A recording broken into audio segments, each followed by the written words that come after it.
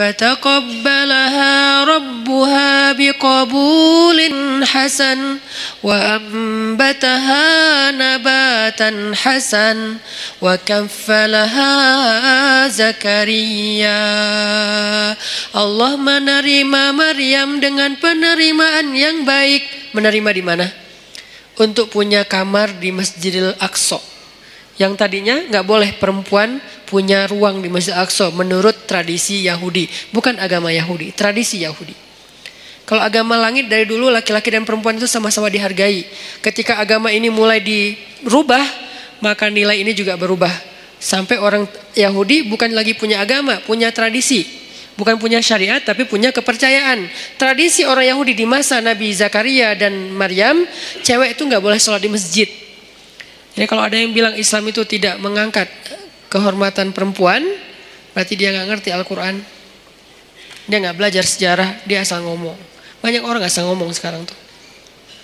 Kalau kita belajar Al-Quran, sejarah gimana Al-Quran itu sangat mengangkat harga diri perempuan, itu banyak banget ceritanya. Salah satunya Maryam. Maryam itu mendobrak tradisi Yahudi loh, yang sekarang dielu-eluin di Tomorrowland bendera Israel itu berkibar dengan begitu tinggi kan ya. Paling banyak bendera di Tomorrowland kan bendera Israel kan. Kita lihat di mapnya pesawat, rata-rata pesawat internasional nggak ada Palestina, adanya Israel. Dan saya sangat tersinggung karena yang benar adalah Palestina. Artinya yang kita bangga-banggain, moderat lah, cerdas lah, apa segala macam, seolah-olah mau diikutin agama mereka, tradisi mereka pelan-pelan, justru mereka menghancurkan dan meremehkan perempuan. Perempuan dijadikan pajangan. Apakah itu yang dianggap dengan menghargai perempuan? Sesuatu yang dipajang itu kan berarti jadi barang. Yang berharga itu nggak boleh dipajang. Yang berharga itu ditaruh di box. Boxnya ditaruh di dalam sebuah peti atau di dalam sebuah loker, dalam lemari. Lemarinya dikunci, kamar dikunci, pintu dikunci, gerbang digembok. Namanya safety box. Saking berharga. Karena kurang berharga di display. Siapa aja boleh nyentuh, siapa aja boleh lihat, siapa aja boleh bolak-balik, taruh lagi, datang lagi yang baru, bolak-balik naruh lagi. Kenapa? Kurang berharga. Sekarang kalau kayak gitu, kira-kira siapa yang lebih menghargai perempuan? Yang menjaganya dengan menutupnya, dengan menjaga batasan, jangan terlalu banyak bergaul ke semua laki-laki, kecuali yang ada urusan-urusan yang penting saja. Atau yang buka-bukaan, display di banyak produk, di banyak event, di banyak festival. Mana yang lebih menghargai perempuan? Kalau mau dilihat dari sisi realitasnya. Baca nanti sejarah Maryam. Maryam tuh mendobrak tradisi Yahudi. Yang tadinya perempuan ditolak di masjid. Masjid Al-Aqsa ditolak. Datang Maryam dibawa oleh Zakaria. Rame tuh di antara rabi-rabi Yahudi. Orang-orang pemuka agama Yahudi debat. Wahai Zakaria, kamu sudah mencoreng tradisi nenek moyang kita. Mana pernah di Masjid Al-Aqsa ini ada perempuan. Mereka lupa bahwa bahwa agama ini berasal dari seorang laki-laki yang punya istri, yang punya anak perempuan, yang punya ibu, manusia biasa yang tidak jauh dan tidak bisa lepas dari kehidupan seorang perempuan. Mana pernah di Masjid Al-Aqsa itu ada perempuan dan nggak boleh perempuan itu rendah, nggak boleh dia sama dengan laki-laki. Itu tuh doktrin Yahudi loh. Perempuan itu rendah sehingga dia tidak boleh diberikan hak yang sama dengan laki-laki. Perempuan itu hina, jadi nggak boleh masuk ke masjid yang mulia. Laki-laki doang yang mulia dan boleh masuk. Itu tradisi Yahudi sebelum datangnya Maryam. Datang Maryam, Allah takdirkan namanya pun Maryam. Dan tahu arti Maryam? Khadimah. Maryam itu artinya pelayan masjid. Itu arti Maryam. Saya memberi nama anak saya dengan kata Maryam, berharap dia melayani agama. Makanya saya kasih nama Maryam. Jadi saya tahu asal usul nama itu, sehingga saya bangga dengan nama Maryam. Bukan, oh pasaran Ustadz, biarin aja. Pasaran mungkin namanya, tapi sejarahnya gak pasaran. Coba cari sejarah seperti Maryam, ada gak yang nomor 2? Gak ada, cuma ada 1. Sejarah orang kayak Maryam, ada 2-nya gak? Gak ada, cuma ada 1. Yang sekeren itu. Kalau ada sejarah yang lain, beda cerita. Khadijah keren, beda cerita. Fatimah keren, beda cerita. Asiyah keren, beda cerita. Tapi yang kayak Maryam gak ada, cuma 1. Yang paling kerennya, dahsyatnya luar biasa. Bahkan di antara 4 perempuan sempurna ini, sebagian ulama berpendapat Maryam nomor 1-nya. Jadi saya kasih nama Maryam, saya berharap ya Allah kelak mudah-mudahan anak saya ini Maryam menjadi khadimah lidinik, menjadi pelayan untuk agamamu. Arti melayani agama, dia memperjuangkan agama dengan potensi yang dia miliki. Maryam, makanya takdirnya bernama Maryam khadimah di Masjidil Aqsa. Akhirnya debat adu dalil. Setelah adu dalil kalah nih rabi-rabi karena memang mereka bukan nabi kan, ngelawan Zakaria yang nabi, yang cerdas, yang bijaksana. Akhirnya Allah berfirman, fataqabbalaha Maryam biqabulin hasanin. Allah menerima Maryam dengan penerimaan yang baik. Maksudnya Allah memuliakan Maryam. Berubahlah tradisi Yahudi sejak saat itu. Sejak Maryam masuk ke Masjidil Aqsa, perempuan-perempuan Yahudi mulai boleh masuk ke Masjidil Aqsa. Alasannya, tuh Maryam boleh, masa kami nggak boleh? Akhirnya boleh. Ini sejarah gimana agama-agama langit yang ditutup dan disempurnakan dengan Islam sangat menghargai perempuan. Tapi kan banyak laki-laki Muslim tidak menghargai perempuan. Itu namanya human error, bukan sistemnya yang error. Bukan syariatnya yang error, orangnya yang error. Dan dia tidak mewakili Islam. Dia mewakili dirinya sendiri. Akhirnya Maryam tinggal di situ. Lalu ada kalimat wa ambataha nabatan hasana. Lalu dia tumbuh di sana dengan pertumbuhan yang baik. Nah, ini yang berkaitan dengan tema kita. Tumbuh dengan pertumbuhan yang baik. Bisa nabata, bisa nasya'ah. Kenapa untuk Maryam pakai kata nabata? Malam ini agak sedikit banyak ngulas tafsir ya. Kenapa Maryam pakai kata nabata tidak nasya'ah? Sedangkan hadis tentang pemuda tadi nasya'ah, tumbuh. Kalau Maryam nabatan wa ambataha nabatan hasanan. Kenapa nabata? Karena Allah pengen menghargai Maryam dengan istilah apa? Tumbuhnya pakai istilah bunga. Bunga itu nabata. Makanya jadi bahasa Indonesia nabati, tumbuh-tumbuhan. Kan saya dulu ngajar bahasa Arab lumayan lama, jadi saya tahu banget bahasa Indonesia itu banyak banget nyerap dari bahasa Arab. Sehingga kalau kita mau bilang anti Arab segala macam, kita lupa sejarah tentang berdirinya negara dan terbentuknya bahasa kita sendiri. Bahasa kita itu dibentuk oleh ulama. Buktinya banyak bahasa Arab di dalam bahasa kita, banyak banget, 80%-nya bahasa Arab. Bahkan bahasa Sunda sebagiannya bahasa Arab. Ya, kalau saya pergi ke Kalimantan tuh saya bilang, kalian tahu nggak Khatulistiwa itu bahasa apa? Bahasa apa Ustaz? Sanskerta? Bukan, bahasa Arab. Khatul istiwa. Khat artinya garis, istiwa artinya lurus. Garis lurus yang membentang di bumi. Kita nyebutnya bukan khatul istiwa, khatulistiwa. Karena kita nggak bisa bilang kha, jadilah ka. Katulis tiwa. Kita nggak boleh lupain sejarah. Cuman ini nggak perlu jadi perdebatan karena di sini nggak ada ruang debat. Saya sampaikan. Tapi di sosmed saya nggak mau ngomong kayak gini. Debat nggak penting. Tapi ini bagian dari taskif kita. Nabatan. Allah tuh pengen menghargai Maryam, maka disebut dengan nabatan. Bahasa kita nabati, artinya tumbuh-tumbuhan. Tumbuh-tumbuhan di sini artinya bunga. Maryam itu kata Allah, kamu itu bunga wahai Maryam. Kamu itu bunga. Makanya fitrah perempuan senang bunga. Jangan kasih kaktus tapi kan bunga Ustaz. Jangan. Atau jangan juga yang bunga apa yang di Bengkulu teh? Rafflesia. Keren ya? Emang keren, tapi bukan untuk dihadiahin ke cewek. Kamu kenapa sih kamu? Enggak, ini bunga buat kamu. Aduh kok gini sih? Nah, bunga namanya juga bunga bangkai. Jangan kasih bunga ya apalah. Tapi boleh yang asli, boleh yang sintetis, biar nggak layu. Ini buat kamu. Kok yang kayak gini sih? Kan ini nggak asli. Biar nggak layu, seperti cinta aku. Oh ya, cinta aku nggak ori, tapi dia nggak layu-layu sih. Apaan sih? Nggak jelas. Jadi maksud Allah pakai kata nabatan, menurut tafsir Allah tuh menghargai Maryam, makanya pakai bahasa Maryam itu kayak bunga tumbuh dengan mekar, dengan baik, itu Maryam. Tapi korelasinya dengan pembahasan kita, Maryam itu tumbuh dan tumbuhnya dalam bi'ah solihah namanya. Apa arti bi'ah solihah? Lingkungan yang baik. Berarti pelajaran kedua, tentang tumbuh yang bisa nanti dapat naungan di padang mahsyar, biar kita termasuk orang yang gak mager adalah cobalah cari bi'ah solihah, carilah lingkungan yang baik. Kalau gitu kita gak boleh gaul sama orang yang gak baik, boleh. Tapi kita jadi ada dua, ada kebutuhan kita, ada lebih ke share-nya kita. Kita kalau mau sharing, mau giving, mau berbuat baik, cari orang yang belum baik untuk kita ajak baik bareng.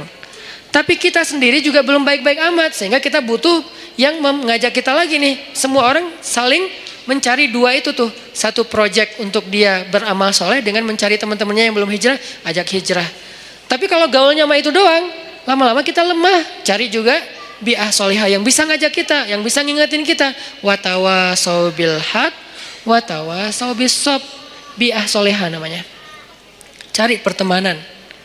Gimana cari, ini lebih ke teknis ya. Gimana cara cari teman yang bisa jaga iman kita? Karena kata Nabi, almar'u ala dini khalili, seseorang itu agamanya tergantung temannya. Cari, serius nyarinya, kepoin. Jadi kalau belum halal gak usah nyari orang yang mau dipacarin, mending cari orang yang mau disahabatin. Sahabatnya dunia akhirat, yang nanti di padang mahsyar dia nanya kita, ya Allah, kemana sahabat saya yang dulu ikut talim bareng? Kemana sahabat saya yang sering ngingetin tahajud? Kemana sahabat saya yang ini? Kata Allah, dia di pintu neraka, bentar lagi mau masuk tuh. Ya Allah, saya bersahabat karena engkau dengan dia di dunia, selamatin dia, boleh gak saya tarik dia supaya gak masuk neraka? Ya Allah, saya selamatin. Boleh, cari aja. Langsung dia kejar ke neraka. Nyari secepat mungkin dia ke pintu neraka, ngomong ke malaikat, dia sahabat saya yang ini di mana orangnya? Itu tuh bentar lagi mau dimasukin. Sini jangan masuk dulu. Akhirnya dikeluarin. Ada apa? Kamu sahabat saya? Iya, kita kan dulu bareng ke TSB. Emang masih disebut Ustaz istilah-istilah kayak gitu? Masih. Apa yang kita rasain di dunia tuh masih kita sebut dan gak diganti istilahnya loh. Kita masih ngomong kayak gini banget kita ngomong. Kita kan Rabu malam sering ikut talim bareng kan? Iya. Dan seringnya kita di depan halaman kan? Iya. Kenapa? Karena kita nungguin yang lain pulang, nanti kita boncengin, bayar. Boleh lah. Yang penting dia pernah ke masjid bareng. Ya udah, terus apa? Gimana nih? Allah memberi izin saya untuk menyelamatkan kamu dari neraka. Masuk. Nah, ini orang kayak gini harus dicari. Dia tuh nemenin kita di dunia dan akhirat loh. Lebih penting daripada pacar. Kecuali pacar halal. Kalau pacar halal udah gak ada lah yang bisa dibandingin ya. Udahlah terbaik itu mah. Tapi kalau ini mah beda project. Pacar halal kan untuk membahagiakan kita ya. Kalau ini untuk menyelamatkan kita. Bukan membahagiakan. Mungkin dia gak akan ngebahagiain kita.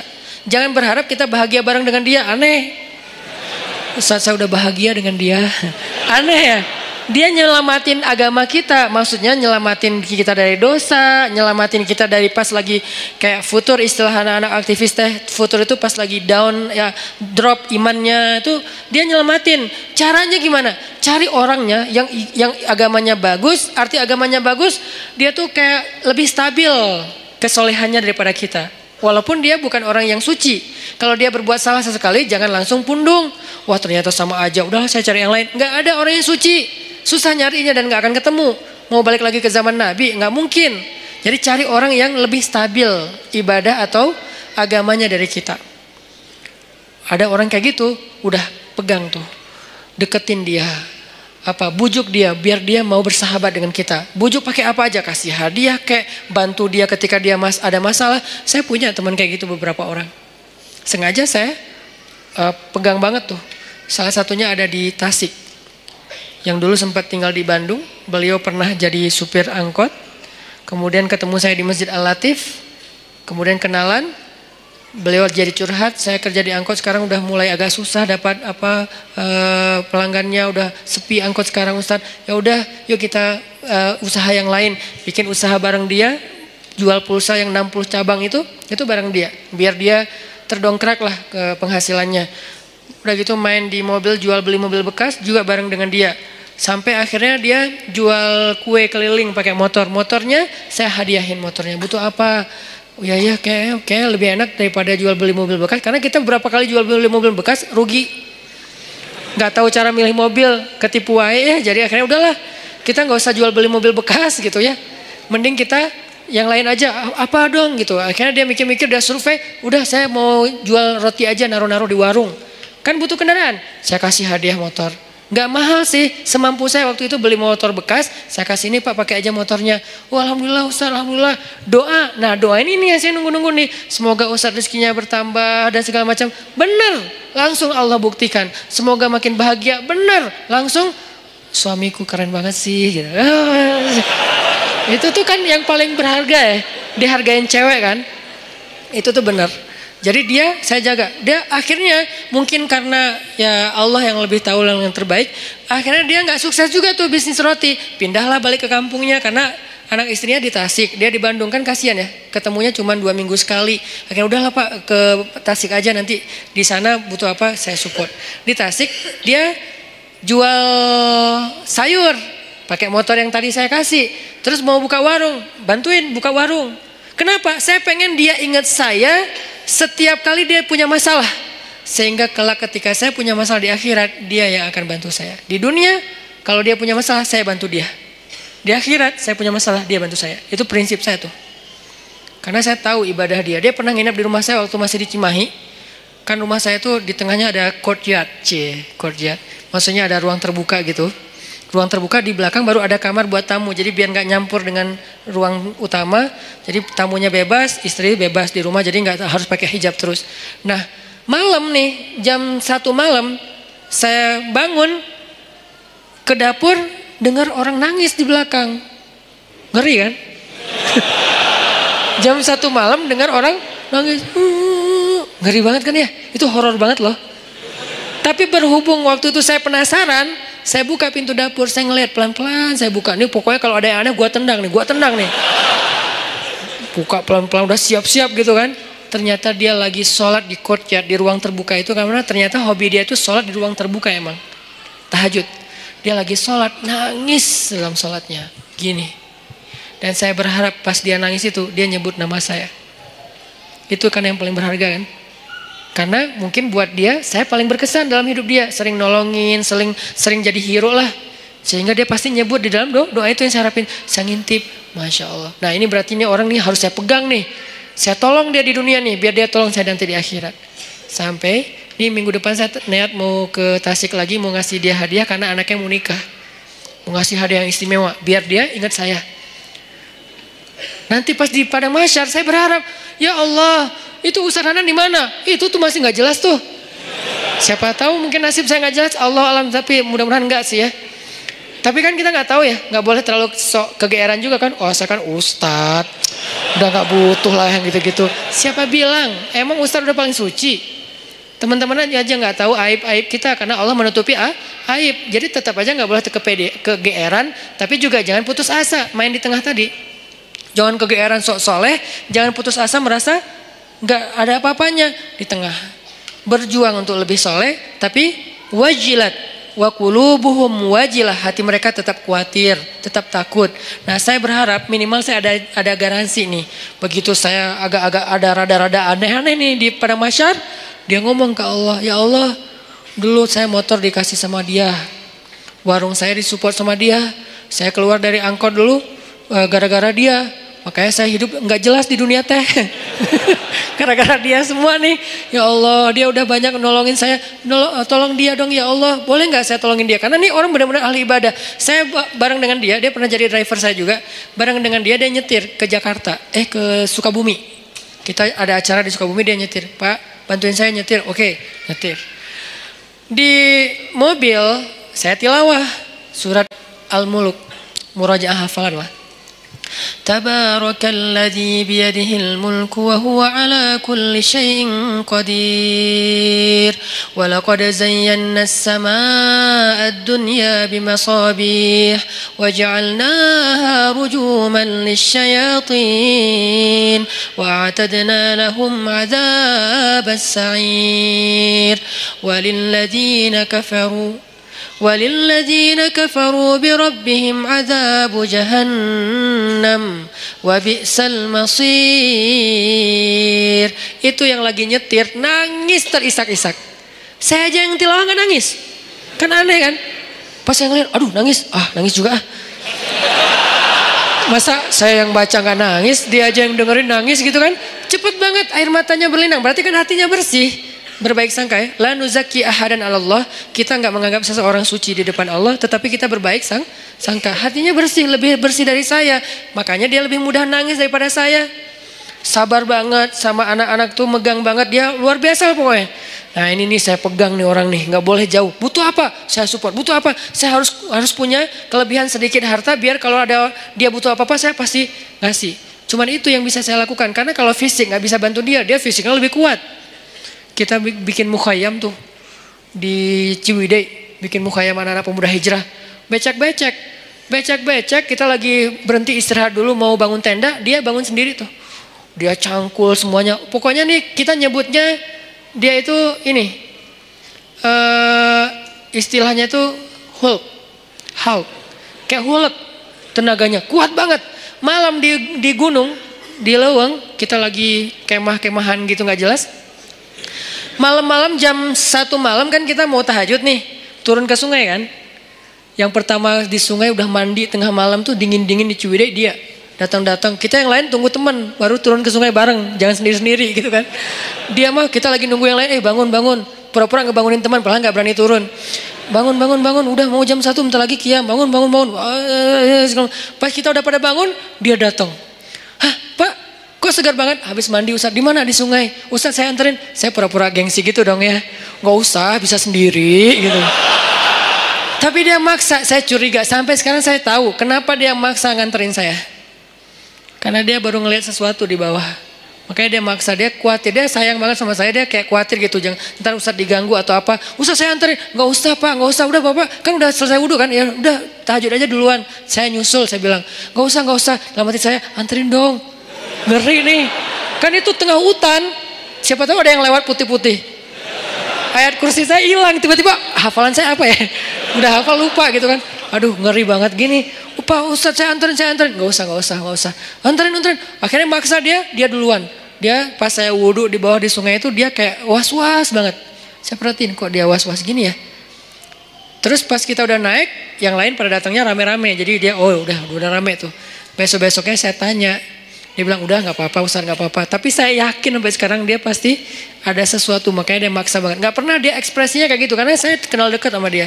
Tapi dia nggak pernah sekuatir itu sama saya. Ini bukan nakut-nakutin ya, tapi emang menakutkan sih, ngeri.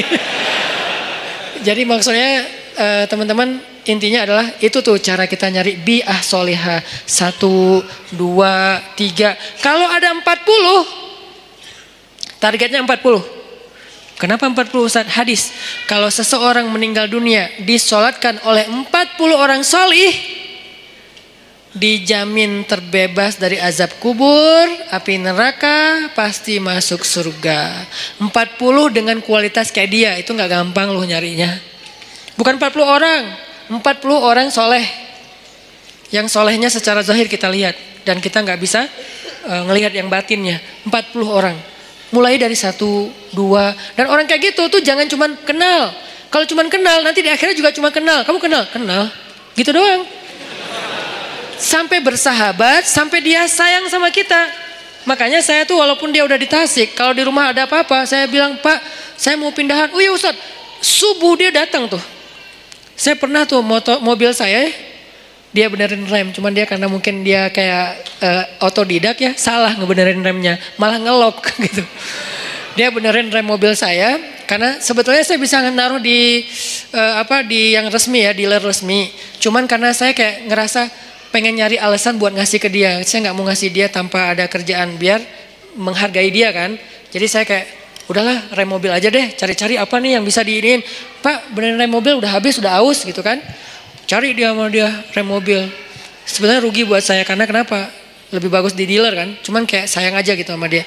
Benerin. Saya pikir ya aman-aman aja nih. Karena dia orang kuat banget. Saya pernah mobil yang dulu yang kita jual beli mobil, mobilnya mesinnya turun mesin. Kebayang nggak turun mesin? Itu ngerjain sendiri. Satu pakai dongkrak, satu pakai tangan. Satu sebelah sana pakai dongkrak, sebelah sini pakai tangan, sebelah kiri turunin mesin. Itu tuh orang benar-benar Hercules tuh.